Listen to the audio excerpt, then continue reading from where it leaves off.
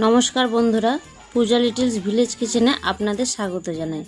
আজকে আপনাদের জন্য নিয়ে চলে এসেছি একেবারে ঘরোয়া বাঙালি স্বাদের ফলি মাছের ঝাল।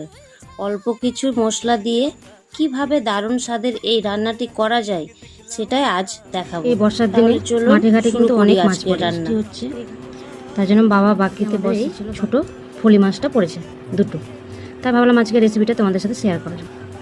আমি এখানে মাছগুলোর ওপরে লবণ, হলুদ আর কিছুটা তেল দিয়ে ভালোভাবে মাখিয়ে নেব। কে কে এই মাছ চেনো অবশ্যই কমেন্ট করে বলো।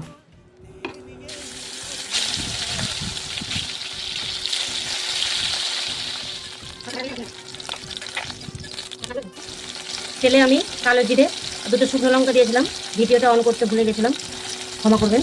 আর তারপর আমি টমেটোর কুচিটা দিয়ে দিলাম।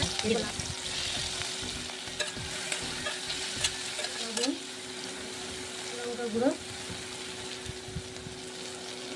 জিরে ও ধনে গুঁড়ো, হালকা জল দিয়ে দেবো।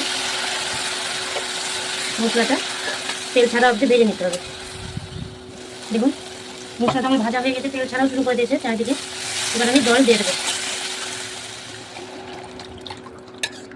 ঝাল যেহেতু বেশি জল দেবো না, আমি হালকা মাখা মাখা হয়ে থাকে।